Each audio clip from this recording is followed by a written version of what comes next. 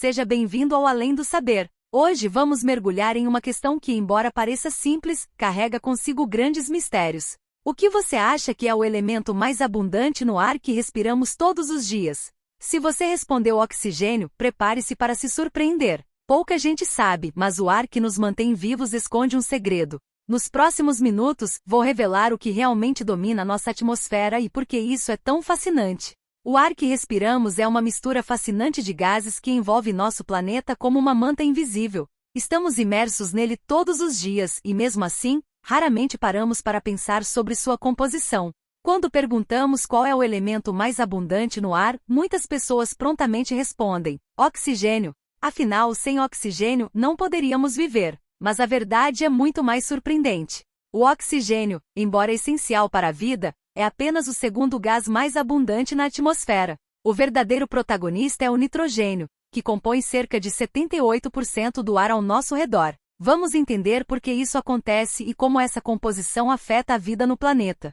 Antes de mergulharmos no nitrogênio, vamos entender o que realmente compõe o ar. A atmosfera da Terra é composta por diversos gases, com as maiores proporções sendo nitrogênio e oxigênio. Além desses, há também pequenas quantidades de argônio, dióxido de carbono, vapor d'água e outros gases. A atmosfera também contém poeira, pólen e outros pequenos elementos em suspensão, mas a maior parte da nossa atenção está voltada para esses dois componentes principais: nitrogênio e oxigênio.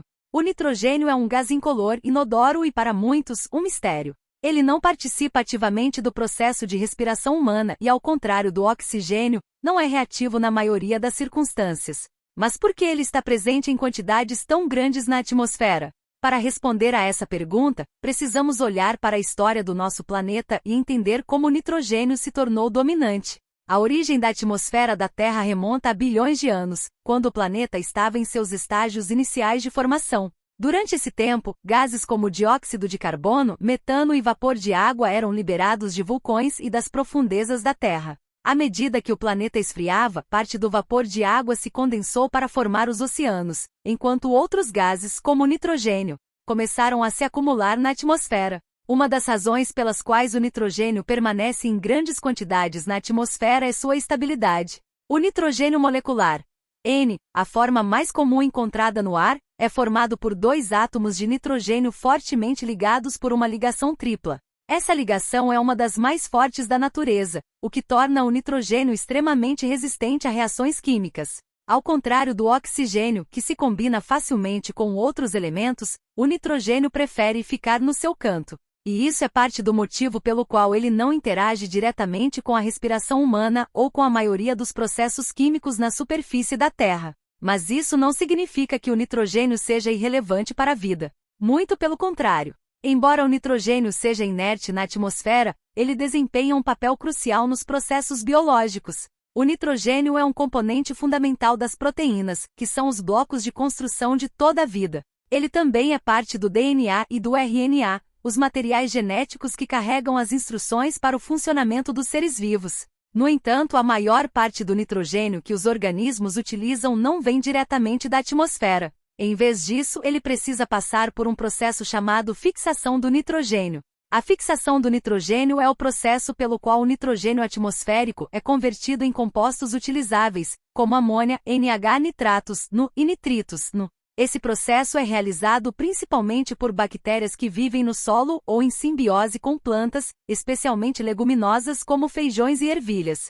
Essas bactérias têm a incrível capacidade de quebrar a forte ligação do nitrogênio molecular e convertê-lo em formas que podem ser absorvidas pelas plantas. As plantas, por sua vez, utilizam esse nitrogênio para produzir proteínas e outros compostos essenciais. Esse processo é crucial para toda a cadeia alimentar. As plantas que absorvem nitrogênio do solo são consumidas por herbívoros, que por sua vez, são consumidos por carnívoros.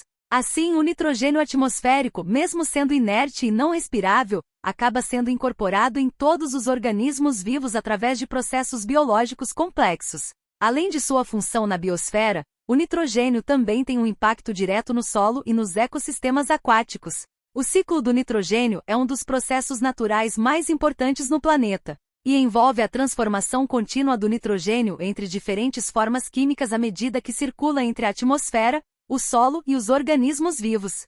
O ciclo começa com a fixação do nitrogênio, onde o gás atmosférico é convertido em formas utilizáveis pelas plantas. Quando os organismos morrem e se decompõem, o nitrogênio é liberado de volta ao solo na forma de amônia. Esse nitrogênio pode então ser convertido em nitritos e nitratos por bactérias nitrificantes, e eventualmente retornar à atmosfera através da desnitrificação, um processo realizado por outras bactérias que convertem nitratos de volta em gás nitrogênio. Esse ciclo constante é essencial para a fertilidade do solo e a produtividade agrícola. É por isso que os fertilizantes usados na agricultura moderna frequentemente contêm compostos de nitrogênio, que ajudam a garantir que as plantas tenham acesso a esse nutriente vital. Agora que entendemos o papel fundamental do nitrogênio, vamos falar um pouco sobre o oxigênio. Como mencionei anteriormente, o oxigênio compõe cerca de 21% do ar que respiramos. Esse gás é absolutamente essencial para a respiração celular em quase todos os seres vivos. O oxigênio permite que nossas células convertam nutrientes em energia através de um processo chamado respiração aeróbica. Sem oxigênio, a vida como a conhecemos não seria possível. Mas você já se perguntou por que o oxigênio não é o gás mais abundante? Isso se deve ao fato de o oxigênio ser altamente reativo. Se houvesse uma quantidade maior de oxigênio na atmosfera, o risco de incêndio seria muito maior. O oxigênio se combina facilmente com outros elementos como o carbono e o hidrogênio, para formar compostos como água e dióxido de carbono. Se a concentração de oxigênio fosse muito alta, até pequenas faíscas poderiam desencadear incêndios massivos, tornando o ambiente da Terra inóspito. A concentração atual de oxigênio é perfeita para sustentar a vida sem provocar catástrofes frequentes. Esse equilíbrio delicado é mantido por processos naturais, como a fotossíntese, onde as plantas absorvem dióxido de carbono e liberam oxigênio como subproduto.